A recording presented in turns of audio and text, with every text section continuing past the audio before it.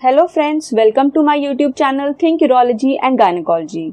सो friends, आज हम कोविड-19 के डायग्नोसिस एंड ट्रीटमेंट के बारे में कुछ बातें करेंगे। सबसे पहले कोविड-19 के साथ क्या क्या क्लिनिकल सिंड्रोम एसोसिएटेड होते हैं ये जानते हैं।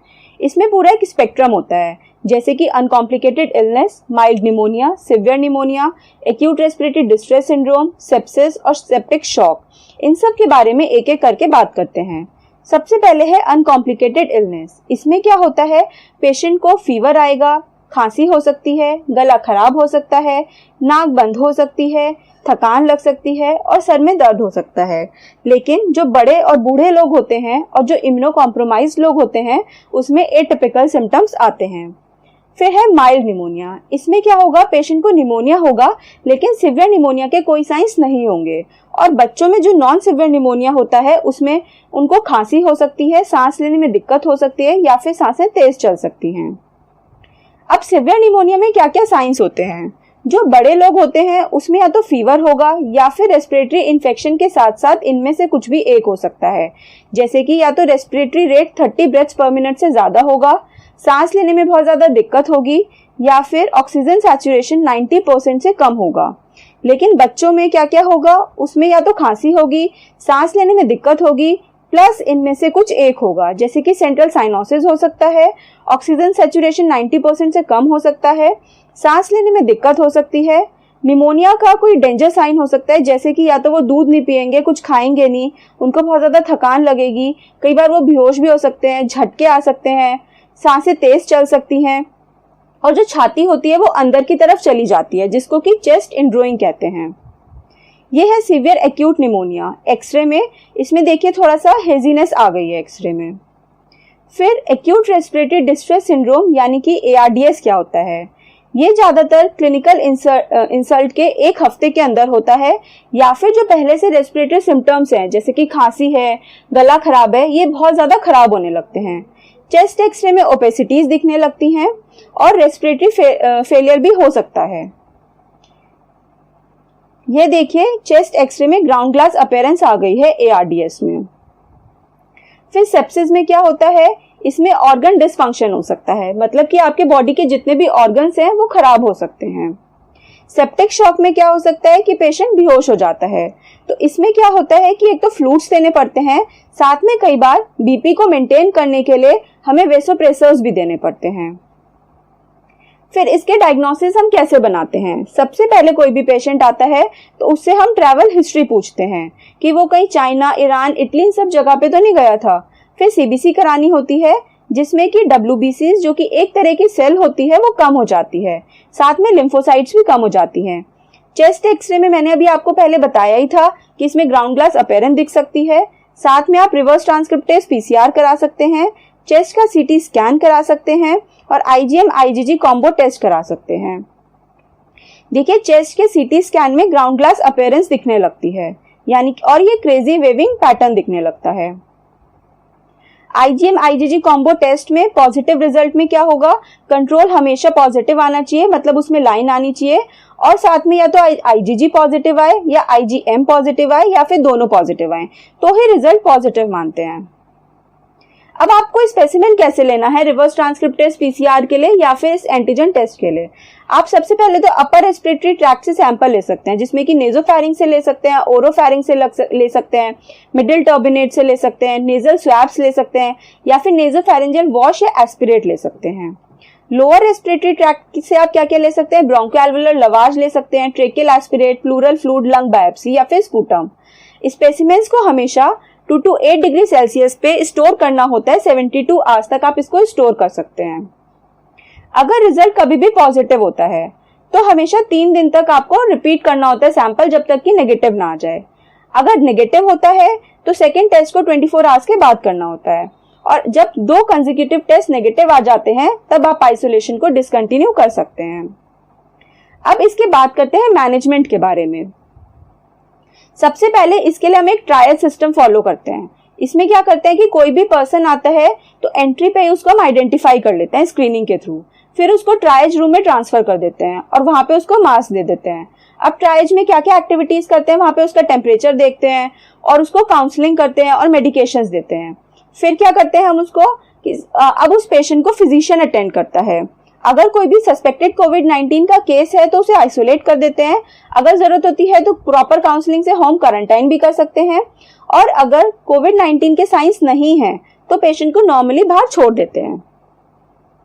सपोर्टिव थेरेपी में क्या क्या दे सकते हैं? इसमें हम ऑक्सीजन दे सकते हैं, फ्लूइड दे सकते हैं, एंटीमाइक्रोबियल्स दे सकते हैं, पेशेंट को क्लोजली मॉनिटर करते हैं और कोई उसके साथ कोमॉर्बिड कंडीशन मतलब कोई एसोसिएटेड कंडीशन तो नहीं है ये समझते हैं। पेशेंट को रूटीनली कॉर्टिकोस्टेरॉइड देना इंडिकेटेड नहीं है। सबसे पहले क्या होता है, सप्लीमेंटल ऑक्सीजन देना बहुत इंपॉर्टेंट होता है। अगर पेशेंट को सांस लेने में दिक्कत है या फिर उसका ऑक्सीजन सैचुरेशन कम है या फिर पेशेंट शॉक में है तो उसको हम सप्लीमेंटल ऑक्सीजन थेरेपी देते हैं। सबसे पहले ऑक्सीजन 5 लीटर पर मिनट से स्टार्ट करते हैं जिससे कि हमारा SpO2 90% से ज्यादा मेंटेन हो जाए नॉन प्रेग्नेंट फीमेल्स में। और अगर लेकिन कोई प्रेग्नेंट है फीमेल तो उसमें SpO2 में 92 से 95% मेंटेन करना होता है। बच्चों में हमें SpO2 94% से ज्यादा मेंटेन करके रखना होता है। फ्लूइड हमें कॉशियसली देने होते हैं कि ऐसा नहीं कि बहुत ज्यादा फ्लूइड दे दिए उससे भी पेशेंट की कंडीशन खराब हो जाती है। तो जितने फ्लूइड्स चाहिए उस हिसाब से फ्लूइड देना इंपॉर्टेंट होता है। एंटीबायोटिक्स देते हैं जिससे कि सारे इन्फेक्शंस को कवर हो जाएं। एंटीबायोटिक्स को अगर पेशेंट सेप्सिस में है तो 1 आवर के अंदर स्टार्ट कर देना चाहिए। अब ट्रीटमेंट इसका शॉर्ट में क्या देते हैं हम? अगर कोई माइल्ड केस है तो बस सपोर्टिव थेरेपी देते हैं जैसे कि एंटीहिस्टामिनिक्स दे दिए, पेन किलर्स दे दिए, ये सब दे दिया। अगर मॉडरेट केसेस हैं तो उसमें हम ओसेल्टामावीर, हाइड्रोक्सीक्लोरोक्विन या फिर क्लोरोक्विन, रिबाविरिन ये सब दे सकते हैं। सिवियर केसेस में ओसेल्टामावीर, लोपेनाविर, रिटोनाविर, हाइड्रोक्सीक्लोरोक्विन, क्लोरोक्विन ये सब देते हैं। लेकिन अगर क्रिटिकल केसेस हैं तो ओसेल्टामावीर, रिबाविरिन, हाइड्रोक्लोरिन ये देखते हैं।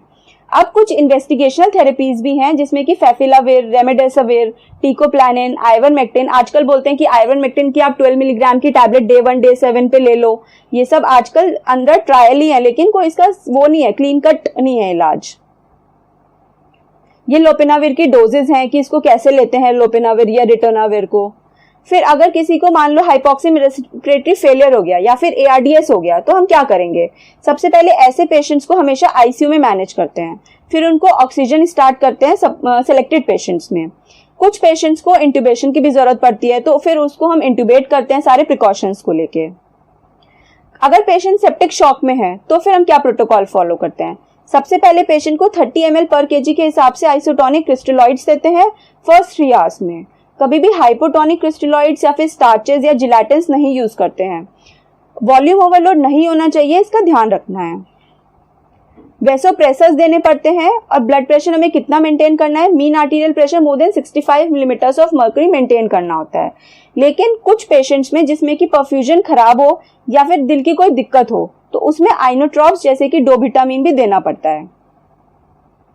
तो नटशेल में क्या है कि अगर माइल्ड है या थोड़ा बहुत मॉडरेट डिसीज है तो आइसोलेट करके काम चल जाएगा। लेकिन अगर मॉडरेट से सिवियर के बीच में तो ऑक्सीजन थेरेपी देनी पड़ेगी और अगर पेशेंट क्रिटिकल है तो फिर उसको मैकेनिकल वेंटिलेशन ही देना पड़ेगा। अब कुछ ट्रीटमेंट जो रिसर्च में है उसके बारे में बात करते हैं। सबसे पहले इसका कोई एविडेंस नहीं है, जैसे कि मैंने आपको बताया ही है कि कोई शॉर्ट ट्रीटमेंट नहीं है कोविड का, सब कुछ रिसर्च में ही है। काफी सारे एंटीवायरल्स हैं जो स्टडीड हो रहे हैं जैसे कि इंडेनाविर, सैकिनाविर, रेमडेसिविर, लोपेनाविर, रिटोनाविर, ओसेल्टामाविर, ये सब लेकिन अंडर स्टडी ही हैं। किसी की कोई गारंटी नहीं है कि ये इससे पेशेंट ठीक हो ही जाएगा। जो वैक्सीन है ये भी फेज 3 ट्रायल में है अभी। देखिए ये इसका एक फ्लो चार्ट है नटशेल में कोविड का कैसे ट्रीटमेंट करना है। सबसे पहले कोई भी पेशेंट आपके पास आया तो उसके आप सिम्टम्स पूछोगे, खांसी है हो रही है, बुखार तो नहीं हो रहा, गला खराब तो नहीं हो रहा उसको, या फिर कोई GI के सिम्टम्स तो नहीं है, तो ये सब पूछोगे। फिर हाई रिस्क कौन कौन होते हैं? जिसकी एज ज्यादा हो, BMI ज्यादा हो, एस्थमा हो, जिसको कोई दिल की बीमारी हो, डायबिटीज हो, हाइपोटेंशन हो, इम्यूनो कॉम्प्रोमाइज्ड हो, तो ये सब होते हैं। फिर इसके लिए आप क्या क्या टेस्ट करा सकते हो? CBC करा सकते हो, CMP, CPK, D dimer, ferritin, CRP, LDH, troponin, ये सब करा सकते हो आप। फिर अगर पेशेंट को रेस्पिरेटरी फेलियर है तो आप क्या करोगे? वेंटिलेशन दोगे, उसको फ्लूइड दोगे और उसको प्रोन पोजीशन में रखोगे, ये सब आप करोगे। अगर उसको हेमोडायनेमिक्स ठीक नहीं मेंटेन है तो वेसोप्रेसर्स दोगे। और इसमें क्या करते हैं, routine daily chest X ray indicated नहीं होता। ICU में अगर आप एडमिट कर रहे हो पेशेंट को तो फिर अगर कभी भी कम्युनिटी एक्वायर्ड निमोनिया है पेशेंट को, तो आपको आईसीयू में एडमिशन देना पड़ेगा, जिसमें कि आप पेशेंट को हाइड्रोक्सीक्लोरोक्विन दे सकते हो, रेमडेसिविर दे सकते हो, या फिर इम्यूनोमॉड्यूलेटरी थेरेपी दे सकते हो। पेशेंट को कई बार अगर ARDS है तो स्टेरॉइड्स की भी जरूरत पड़ती है, तो इसमें आप मिथाइल प्रेडनिसोलोन दे सकते हो या फिर हाइड्रोकॉर्ड दे सकते हो। तो ये एक नटशेल में ट्रीटमेंट है जो कि आप फॉलो कर सकते हो अपने सेटिंग्स में। लेकिन इस वीडियो में मैंने आपको जो भी ट्रीटमेंट गाइडलाइंस दी हैं वो स्टैंडर्ड गाइडलाइंस नहीं है, ये एजुकेशनल या अवेयरनेस पर्पस के लिए है। आशा करती हूँ आप सबको ये वीडियो पसंद आया होगा। Thank you. Stay healthy, stay safe. Bye bye.